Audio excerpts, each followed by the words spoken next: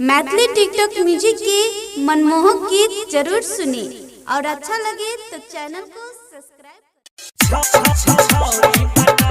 Chunna Aryan digital recording studio Purnia.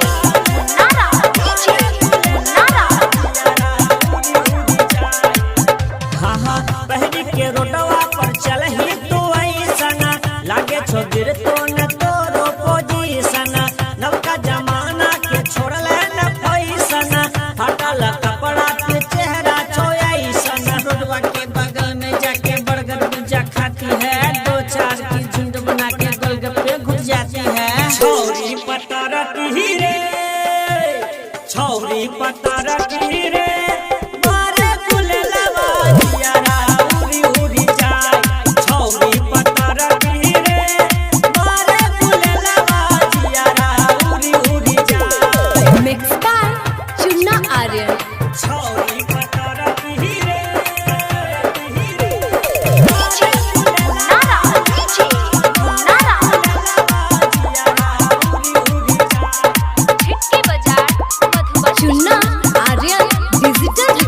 Studio Purnia Purnia.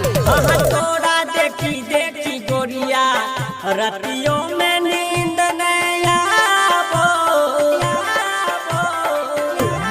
हे तोरा देखी देखी गोरिया रतियों में नींद नहीं आवो मनवा के कितनो मनावो रूप तोरा नजर खाली आवो सखी सहेली के साथ में शॉपिंग करने जाती है कॉस्मेटिक को छोड़ के देखो लॉलीपॉप ले आती है। छौरी पतारा की रे छौरी पतारा की रे मारे कुले लवा जियारा उड़ी उड़ी जाए छौरी पतारा की रे मारे कुले लवा जियारा उड़ी उड़ी जाए पहले के रोडवा पर चल ही तू ऐसना लागे छोगिर तो न तोरो पोजीशना नवका जमाना के छोड़ले न पैसना हटल कपड़ा पे चेहरा छोयसना। छौरी पतारा की रे छौरी पतारा की रे